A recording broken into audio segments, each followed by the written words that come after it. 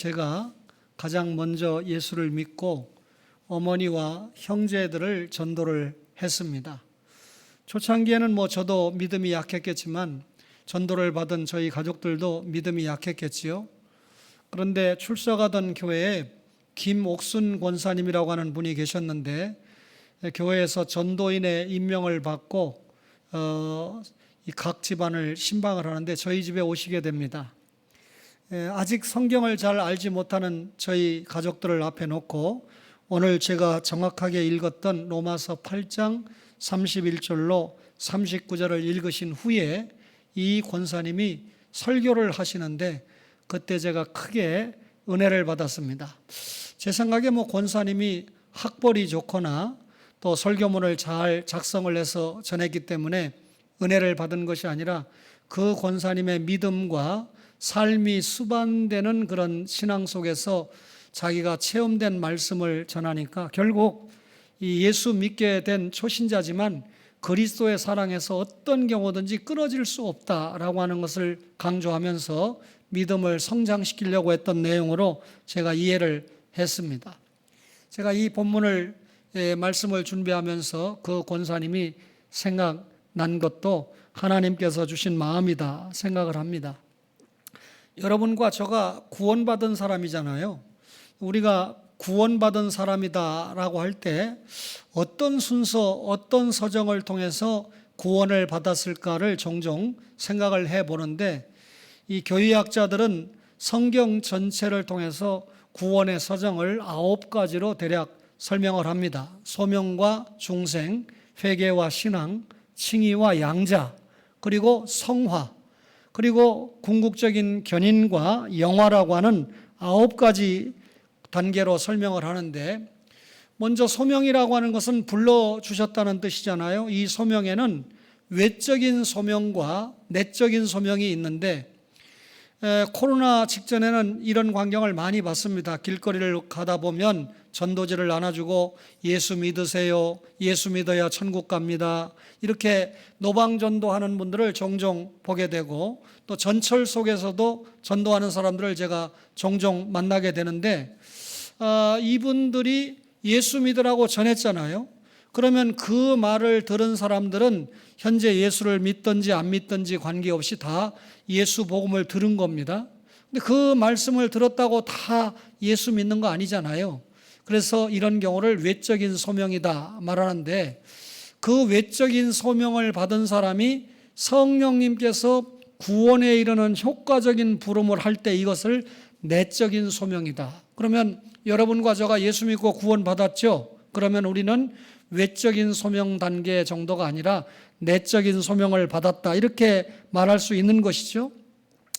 그러면 소명 다음에 중생을 설명을 했는데 예수님을 만나기 전에 우리의 영혼을 누가 주장했습니까? 마귀가 주장을 하고 지배를 했잖아요. 소위 주인이 마귀였습니다. 그런데 내적인 소명을 받고 마귀가 어떻게 됩니까? 추방을 당하고 그 자리에 주인으로 누가 좌정을 하시죠? 성령님이 좌정을 하십니다. 따라서 죽었던 영혼이 다시 살아났다라고 하는 것을 거듭났다, 중생받았다 이렇게 말하잖아요. 중생받은 사람은요 반드시 자신이 가지고 있던 죄를 회개합니다. 그동안 마귀가 주장을 할 때 세상과 그리고 우상을 바라보면서 살았습니다. 그런데 이제 중생을 받으니까 자신을 구원시켜 주신 하나님을 향해 돌아서는 것이죠. 회개를 하면 그 방향을 확실하게 세상이 아니고 마귀가 아니고 우상이 아니고 하나님을 향해서 나아가게 되는데 이것을 우리가 신앙이다라고 말합니다. 신앙을 가지게 되면 즉시 하나님께서 그 사람을 의롭다, 죄 없다 하시고 하나님의 자녀로 삼아 주시게 되죠. 이것을 우리가 양자라고 그러는데 소명부터 양자까지 소명과 중생, 회개와 신앙, 칭의와 양자까지 이 6가지 단계를 제가 구원받았다라고 한마디로 설명할 수 있는데 논리적으로 설명하다 보니까 순서를 잡았지 소명부터 양자가 되는 것은 동시성을 띠고 일어나는 일입니다. 그런데 이렇게 우리가 구원받는 것은 사람의 의지와는 관계없이 성령님의 단독 역사입니다. 따라서 구원받았을 때 내가 내 능력이나 내 충성이나 내 무슨 공로를 통해서 구원받았다라고 말할 수 있는 사람이 단 한 사람도 없는 것이죠. 그러면 하나님의 은혜로 여러분과 저가 구원받았습니다. 구원받은 상태에서 만족하고 끝날 수 있느냐? 그럴 수 없다는 것이죠. 결코 제자리 걸음할 수 없다는 것입니다. 그 시간부터 구원받은 성도는 성화의 단계에 들어가게 되는데, 성화라고 하는 것이 뭡니까? 결국 세상의 영역에서 구별되는 것이 성화인데, 한마디로 구원받았으니까 양자, 하나님 자녀 됐잖아요. 그러면 하나님의 자녀답게 사는 모습을 보여주는 겁니다. 하나님의 자녀답게 살 때 하나님께서 기뻐하시지 않겠습니까? 따라서 하나님께서 기뻐하시는 모습으로 변화되어 가는 것이 성화인데, 이 성화도 자신의 힘만으로 되지 않습니다. 성령님께서 도와주셔야 성령의 능력으로 성화도 가능하다, 그 말이죠. 한번 구원받은 신자는 개인의 의지와 관계없이 하나님께서 끝까지 붙들어 주십니다. 이것을 궁극적인 견인이다, 그렇게 말합니다. 구원을 하나님께서 주셨다가 또 우리 믿음이 떨어지니까 빼앗았다가 조금 회개하고 다시 믿음이 자라는 것 같으니까 다시 구원을 주셨다가, 그런 것이 아니고 한 번 구원받은 신자는 끝까지 궁극적으로 견인해 주신다, 그 말이죠. 그리고 내가 하나님을 붙들고 있다고 한번 생각을 해보세요. 그 구원이 얼마나 불안합니까? 여러분, 손자에게는 이런 얘기는 해도 돼요. 어린 아기를 안아주는데, 할아버지라고 안아주는데, 야, 이거 떨어뜨리면 큰일 나잖아요. 할아버지가 손자를 안으면 절대 안 떨어뜨린다는 절대라고 하는 말이 들어갈 수 있어요. 그런데 만약에 어린 손자가 지가 나를 붙들었다 그러면 그건 언제 놓치고 떨어질지 모르지 않습니까? 하나님께서 우리를 붙들어 주시니까 결코 우리는, 여러분, 구원에서 이탈하지 않는다, 그 말이죠. 내가 연약해서 하나님을 붙든 손을 놓친다면 나는 구원에서 떨어지는 것이 아닌가? 내가 붙들고 있다면 얼마나 불안하겠습니까? 따라서 자신이 받은 구원에 대해서 늘 염려할 수밖에 없잖아요. 그런데 하나님께서 나를 붙들고 계시니까 나는 절대로 지옥에 떨어지지 않는다. 이게 궁극적인 견인입니다. 그리고 마침내 주님이 재림을 하시잖아요. 그러면 우리가 모두 영화의 축복을 누리게 되는데, 다시는 병들지 않고 쇠하지 않고 죽지도 않는 완전한 영생체를 입고 천국에서 영생의 삶을 누리는 것입니다. 이번에 제가 스코틀랜드와 잉글랜드를 돌아봤잖아요. 주로 교회를 많이 갔잖아요. 옛날에 성당이었는데 교회 개혁이 일어나면서 교회로 바뀌지 않았습니까? 그런데 가는 곳마다 뜰은 전부 무덤이죠. 그래서 이 사람들은 이 땅에 살다가 천국에 가는 것을 두려워하지 않습니다. 삶과 죽음을 구별하지 않아요. 예수 믿다가 천국에 가서 영원한 삶을 산다라고 하는 확신한 신앙을 가지고 있기 때문에, 만약에 우리나라의 이 교회 마당에다가 그런 청교도 정신이나 장로교 정신을 가지고 무덤을 쓴다 그러면 당장 당해해가지고 난리가 나지 않겠습니까? 어쨌든 그런 장면을 보면서 저도 삶과 죽음 앞에 다시 한번 믿음을 공고하게 생각해 보는 시간을 가졌습니다. 우리 교회 90세가 다 된 장시원 집사님이 계신데, 가끔 통화를 하면 전화 잘 받아요. 아유, 목사님이 전화 주셔서 얼마나 기쁜지 모른다고 아주 명석하게 통화를 했는데 지금은 전화도 못 받으십니다. 쇠하시고 대화도 안 되고. 이번 명절에 찾아온 아들이 장시원 권사님 집에 한번 찾아가 뵙고 싶습니다. 그래, 왜 그러냐? 그러니까 자기들이 6년 동안 자녀를 갖지 못할 때 가장 많이 전화를 하시고 기도를 해주신 분이 그분이래요. 의외였습니다. 그리고 자녀를 낳았을 때 일주일에 한두 번씩 연락을 해가지고 애기 잘 크냐고 전화를 해주시고 그랬다는 거예요. 그래서 제가 그 사실을 좀 진즉 이야기를 하지, 잘 몰랐잖아요. 자기들끼리만 소통한 거예요.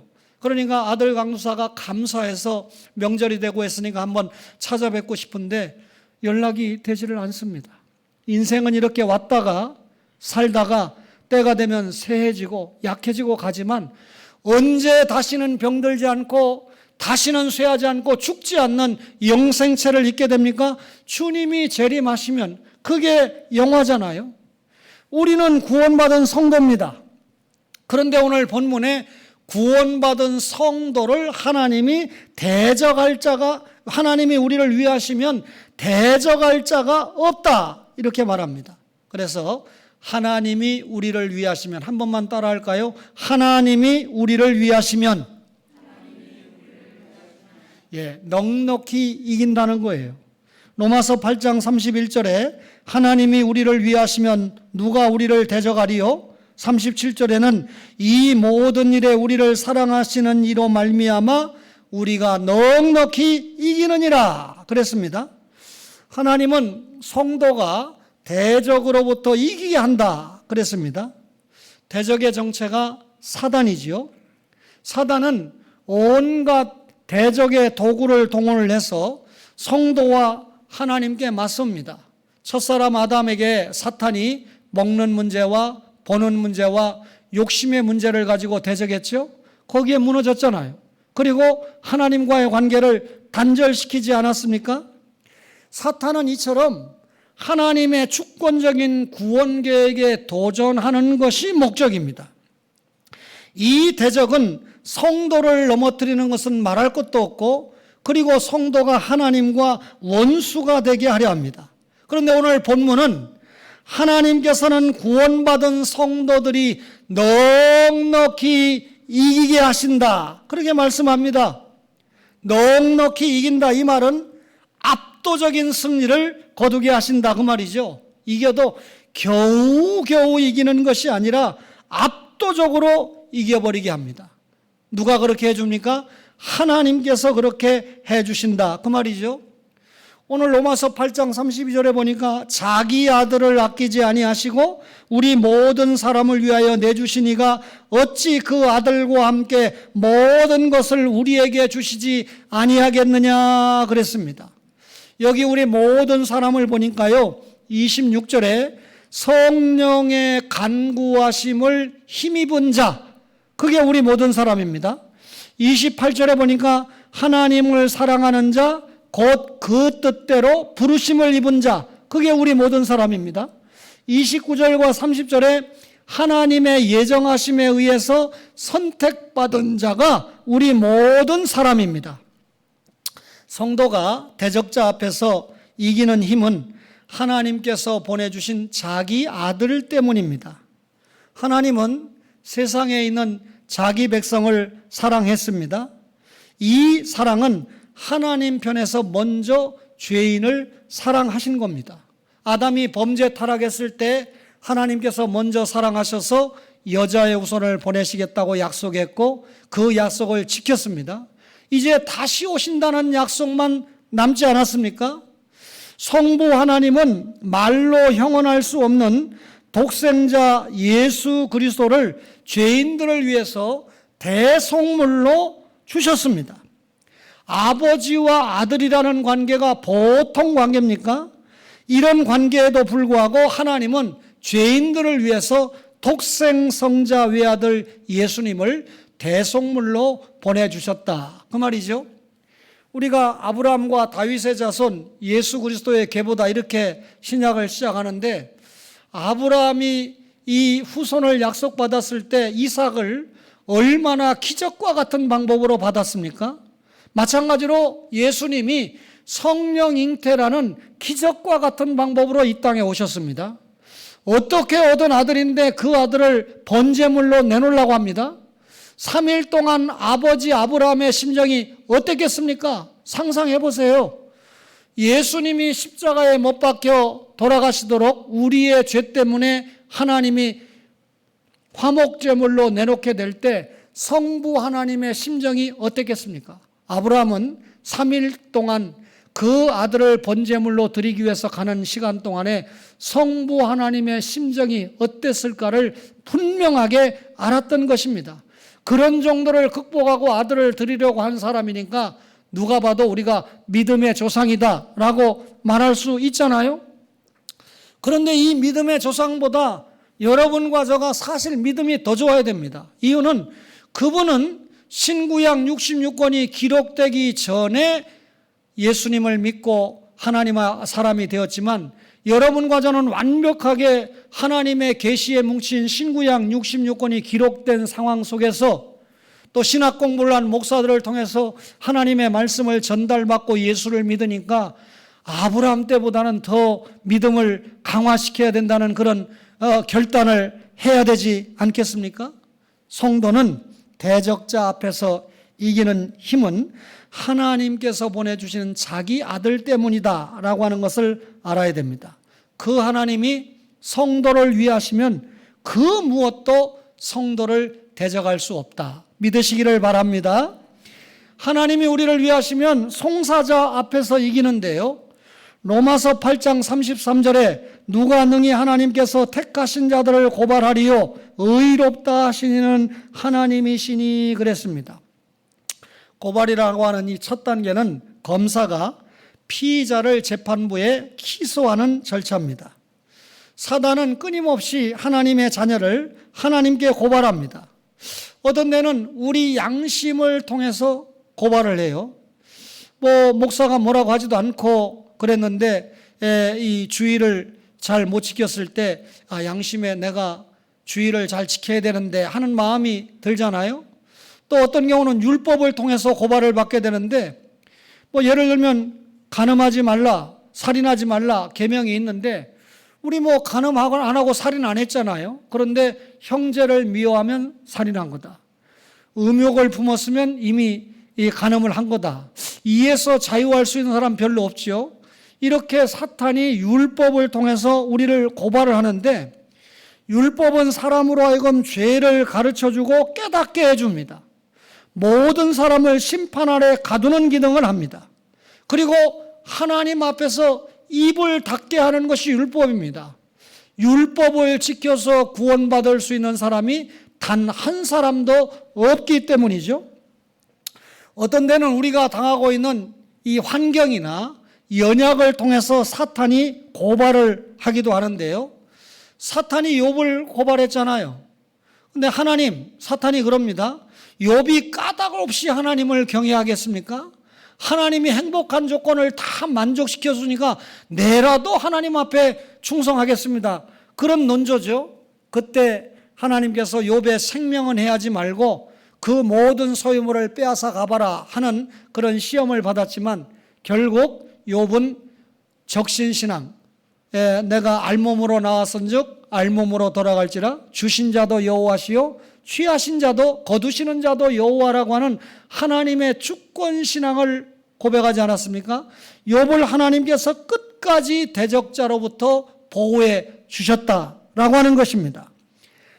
사탄이 여호와 앞에서 대제사장 여호수아를 고발을 했습니다. 그런데 하나님께서 역시 넉넉하게 이기게 했다는 사실을 스가랴 3장 1절 이하에 기록을 했는데, 사단이 여호와 앞에서 여호수아를 고발할 때 하나님께서는 오히려 사탄을 거듭 책망하시고 대제사장 여호수아의 죄를 사하시고 아름다운 옷과 깨끗한 관을 씌우셨습니다. 여호수아 자신이 깨끗해서 고발을 면한 것이 아니라 하나님이 그를 의롭다고 선포하시고 그를 깨끗하게 하셨기 때문에 사탄이 그를 송사했음에도 불구하고 여호수아는 의인으로 하나님 앞에 설 수 있었던 것입니다. 하나님이 우리를 위하시면 송사자들 앞에서 여러분 이기게 된다는 것이죠. 이유는 우리가 성부 하나님의 선택을 입었고 성부 하나님을 통해서 의롭다 하고 선언을 받았기 때문이죠. 그래서 오늘 로마서 8장 1절에 뭐라고 그럽니까? 그리스도 예수 안에 있는 자에게는 결코 정죄함이 없다 그랬습니다. 바울이라고 하는 이분의 신학을 우리가 깊이 들여다보면 언제나 엔 그리스도, 예수 그리스도 안에서, 주님 안에서 그 말이잖아요. 여러분과 저가 그리스도 안에 있으면 결코 정죄함이 없습니다. 그리스도 안에 있다는 말이 무슨 말입니까? 하나님이 우리를 위하시면 어떤 송사자 앞에서도 승리할 수 있다. 그것도 넉넉히 이길 수 있다. 그 말이죠. 하나님이 우리를 위하시면 정죄자 앞에서도 이깁니다. 로마서 8장 34절에 누가 정죄하리요? 죽으실 뿐 아니라 다시 살아나신 이는 그리스도 예수시니 그는 하나님 우편에 계신 자요 우리를 위하여 간구하시는 자시니라 그랬어요. 정죄라고 하는 말은 카타크리논이라고 하는 헬라 말인데 유죄 판결을 내린다 이런 뜻입니다. 사탄은 성도들에게 사망 언도를 목적으로 계속해서 작전을 펼칩니다. 영감받은 바울은요, 하나님이 우리를 위하시면 정죄자 앞에서 승리한다고 말합니다. 왜 그럴까요? 예수 그리스도의 중보 사역의 효력 때문이잖아요. 바울은 로마서 8장 26절에서 성령님께서 성도를 위하여 간구하신다라고 언급했습니다. 성령도 우리의 연약함을 도우시나니 우리는 마땅히 기도할 바를 알지 못하나 오직 성령이 말할 수 없는 탄식으로 우리를 위하여 친히 간구하시느니라 그랬습니다.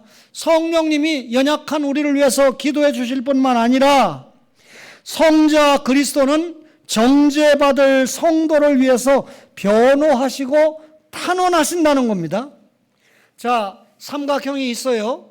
맨 위에 재판장이신 하나님이 계십니다. 왼쪽 꼭지점 밑에 율법이라고 하는 검사가 이 사람은 지역갈 죄인입니다. 하나님 앞에 이런 죄를 범했습니다. 라고 기소를 했습니다. 고발을 했습니다. 그런데 오른쪽 꼭지점에 변호자인 예수님이 계십니다. 맞습니다. 지금 율법을 통해서 기소받은 모든 내용이 다 맞습니다. 이 사람의 죄가 다 맞습니다. 그러나 이 사람의 죄를 내가 대신 짊어지고 십자가에서 그 죄를 다 갚지 않았습니까? 내가 다 이루었다라고 하는 주님의 말씀 속에 우리의 죄를 다 짊어진 주님의 속죄 공효가 나타나지 않았습니까? 이 사실을 가지고 예수님이 변호하는 겁니다. 저 기소가 맞지만 제가 하나님 이 죄를 다 짊어지고 다 죄값을 갚았습니다. 죄 삭신 사망의 값을 내가 대신 갚았습니다. 그러므로 이 사람의 죄는 무죄입니다. 라고 변호하시는 거죠. 그때 하나님이 계획하신 구속계획의 뜻대로 예수님이 완전하게 십자가와 부활의 공로를 통해서 성취했기 때문에 우리의 죄를 용서하시고 여러분 무죄 판결을 하시는 겁니다. 동일하게 지금 예수님께서 하나님 보좌 우편에 계시잖아요. 그곳에서 그냥 계신 것이 아니라 왕적인 통치를 계속해서 하고 계십니다. 그가 세세토록 왕노릇 하실 동안에 그의 백성들은 영원히 보호를 받는데 여러분 예수님께서 십자가와 부활의 공로를 성취하시고 하늘과 땅과 그 가운데 모든 권세를 하나님이 누구에게 주셨습니까? 자신의 뜻을 완전하게 성취하신 예수님께 주셨기 때문에 재림하실 때 사실상 이 심판주가 하나님이지만 예수님이 위임받은 권세를 심판주로서 행하게 되는 것입니다. 그 왕이신 예수님이 하나님의 보좌 우편에서 지금도 여전히 여러분과 저를 말씀과 성령으로 통치하고 계시는 거죠. 어떤 경우든지 하나님이 우리를 위하시면 정죄자 앞에서도 우리가 넉넉하게 승리를 한다. 이게 예수 믿는 신자의 행복입니다. 하나님이 우리를 위하시면 그리스도의 사랑에 거하게 되는데요. 로마서 8장 35절에 누가 우리를 그리스도의 사랑에서 끊으리요? 환난이나 곤고나 박해나 기근이나 적신이나 위험이나 칼이랴 그랬습니다. 이 질문은 앞에서 언급했던 31절, 33절, 34절에서 질문했던 것을 포괄하는데요. 어느 누구도 성도를 대적할 수 없다고 그랬죠. 어느 누구도 하나님이 우리를 위하시면 송사할 수도 없고 정죄할 수도 없는데, 이것은 근본적으로 그리스도께서 성도를 사랑하신다는 사실에 근거합니다. 오늘 39절에서는요, 우리를 우리 주 그리스도 예수 안에 있는 하나님의 사랑에서 끊을 수 없으리라 그랬습니다. 성도에게 불행이 있다면 그리스도의 사랑에서 끊어지는 것이겠죠. 그런데 성도는 본질적으로 그리스도의 사랑에서 끊어질 수가 없습니다. 사랑은 여기 있으니 우리가 하나님을 사랑한 것이 아니요 하나님이 우리를 사랑하사 우리 죄를 속하기 위하여 화목제물로 그 아들을 보내셨음이라라고 요한일서 4장 10절에 말씀하잖아요.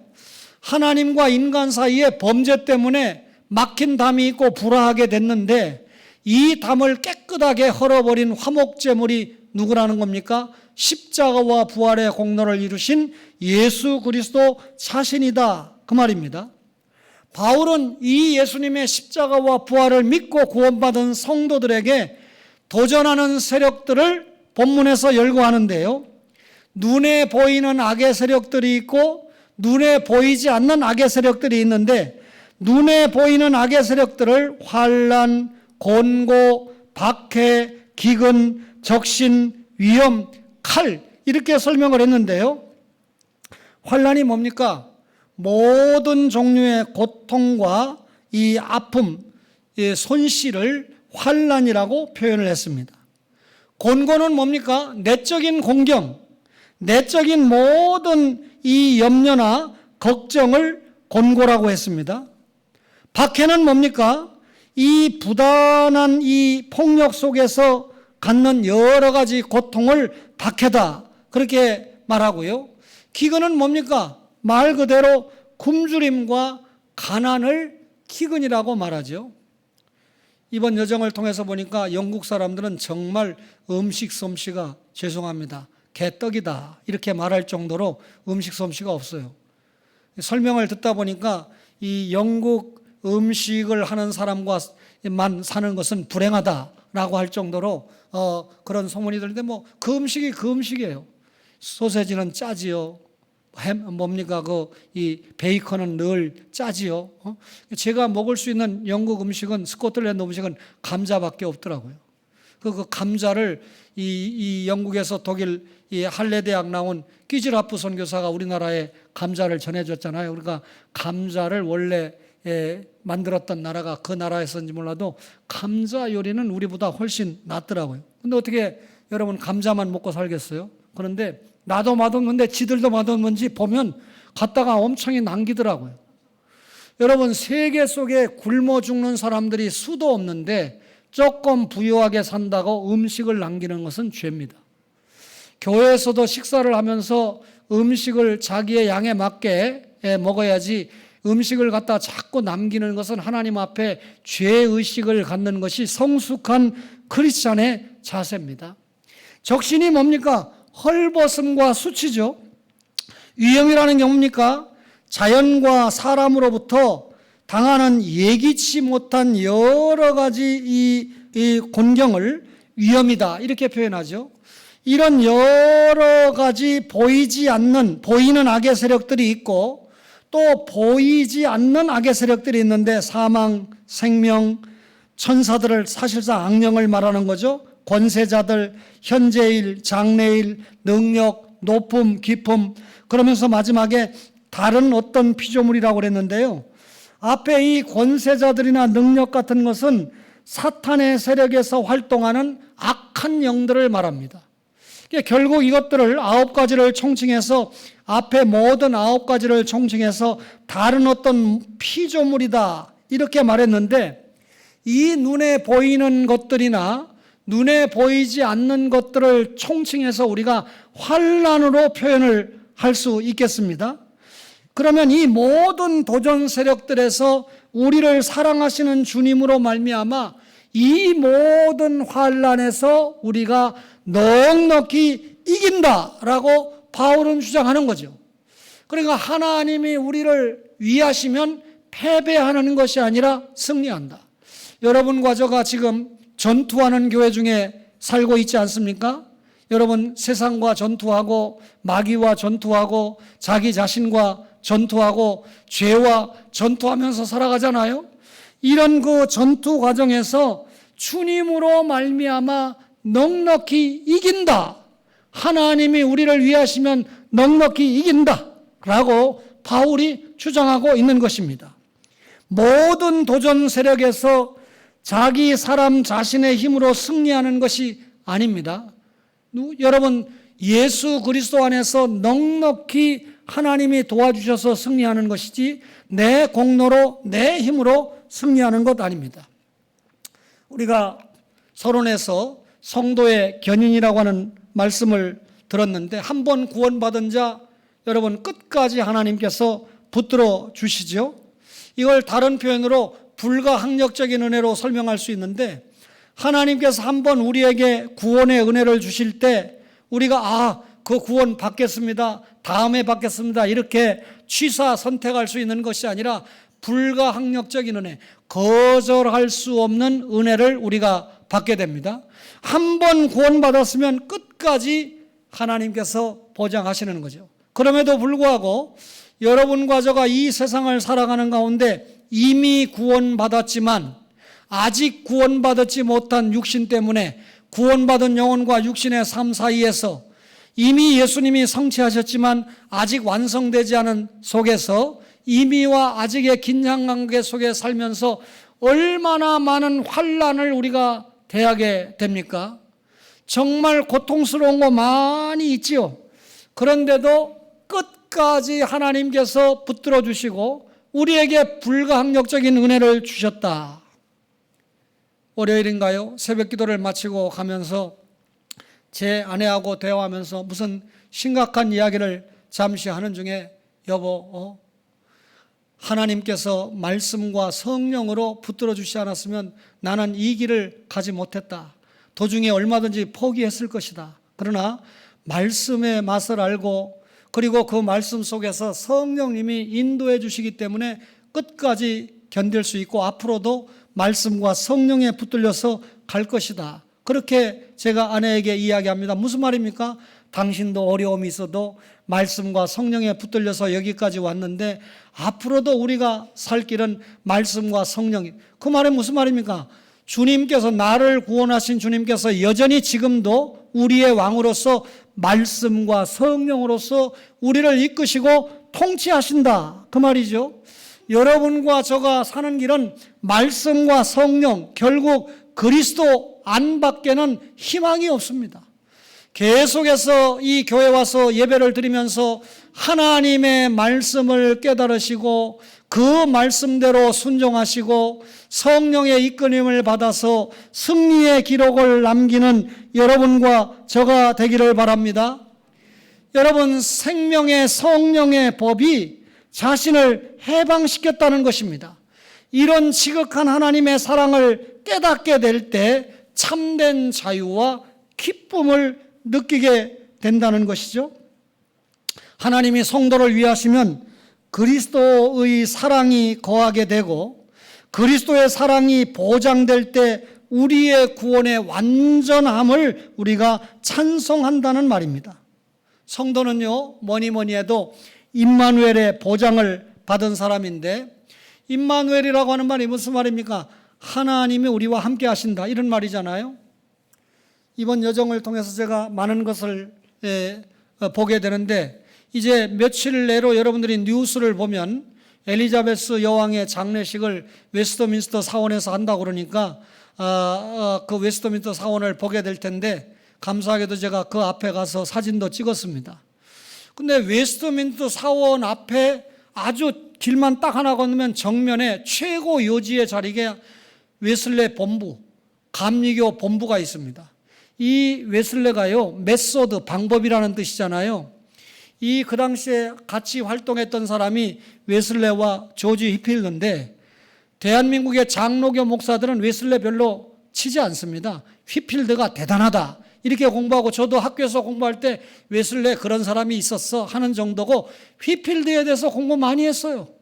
그런데 웨슬레는 1703년생이고 휘필드는 1711년생이니까 휘필드가 동생입니다. 둘이 복음주의 운동을 같이 하다가 휘필드는 오늘날로 말하면 칼빈주의자고 웨슬레는 오늘날로 말하면 알미니안주의자입니다. 약간 신학의 색깔이 달라요. 그래서 휘필드가 가까이 하지 않았어요. 이 웨슬레가 조금 다른 각도로 가니까 갈라섰습니다. 그때가 1741년입니다. 그런데 1770년까지 두 사람이 만나지 않다가 1770년에 먼저 휘필드가 세상을 떠나게 됩니다. 그때 감리교의 창시자였던 웨슬레가 29년 동안 갈라섰던 휘필드가 죽었다는 소식을 듣고 찾아와서 장례식을 인도하고 집례하게 됩니다. 아마 거꾸로 이 웨슬레가 먼저 죽었다면 제 마음에 보수 신앙을 가졌다는 휘필드는 와서 장례식을 하지 않았을 것이다 라고 하는 가정이 가능합니다. 여러분, 신앙이 보수, 절대 칼빈주의, 개혁주의 신앙을 가져야 됩니다. 그래야 하나님 말씀을 제대로 깨달으니까요. 그런데 신앙이 개혁주의면 생활도 이웃사랑, 품고 사람을 죽이는 것이 아니고 정죄하는 것이 아니고 어떻게 하든지 살리고 고쳐서 회복시키는 사랑의 포용성을 가져야 됩니다. 감리교 본부 이야기를 했는데요. 영국의 가장 핵심 땅에 가니까 이 요한 번연을 위시한 이 순교자들의 이 땅, 그 시체가 찾아진 사람들은 그나마 다행이에요. 그 묘지에 무덤이 있어서 돌아봤는데 그 무덤을 그냥 돌아봤겠습니까? 그런데 그 맞은편에 바로 웨슬레 교회가 있어요. 거기도 최요지의 땅입니다. 결국은 감리교가 가진 재산은 엄청납니다. 휘필드를 통해서 남긴 재산은 더 이상 제가 얘기 안 해도 알겠죠. 용서하세요. 여러분들이 이 교회가 어떤 교회가 헌금 걷어가지고 예배당 짓는데 몇천억씩 드리니까 비판을 해서 어떤 목사님은 우리는 학교 강당 빌려가지고 예배 드린다. 예, 강당 들여서 예배 드리다가 앞으로 미래 세대가 없는데 그러면 그 교회 어떻게 됩니까? 없어지잖아요. 그런데 영국 교회를 보니까 성도들이 좀 약화가 됐다고 그래도 재산을 남겨놓으니까, 교회가 재산을 남겨놓으니까 그 재산을 근거해서 몇몇 남은 자들이 교회 운동을 힘있게 해가는 것을 보게 됩니다. 그러니까 우리도 우리 미래 세대를 위해서 적절하게 예배당 그리고 채무를 줄여줘서 미래 세대가 좀 불투명하다고 해도 우리의 자손들이 이 교회 운동을 해나갈 수 있는 근거를 어느 정도 재산적으로도 마련을 해줘야 된다라고 하는 마음을 제가 굳건하게 깨닫게 됩니다. 그러니 웨슬레가 얼마나 훌륭합니까?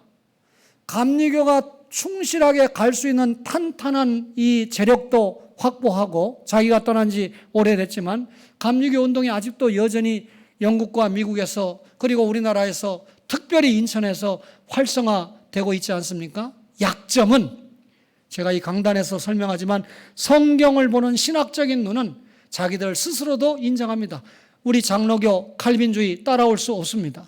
그러나 칼빈주의가 진짜 알미니안주의보다 낫다라고 자신 있게 말하려고 하면 이 알미니안주의자 웨슬레가 휘필드가 죽었을 때 결별했다는 거 생각하지 않고 와서 장례를 해주고 품는 이런 모습을 우리가 기억을 해야 됩니다. 정죄하지 말고 비난하지 말고 하나님 사랑을 이웃 사랑으로 딱 나타내는, 하나님이 우리를 위하시면 구원의 보장 없어요. 넉넉하게 승리합니다. 성화 과정에서 사명 감당 중에서 이웃을 사랑함으로 하나님을 사랑한다고 하는 믿음을 확실하게 보이는 초원의 가족들이 되시기를 주님의 이름으로 간절히 바랍니다.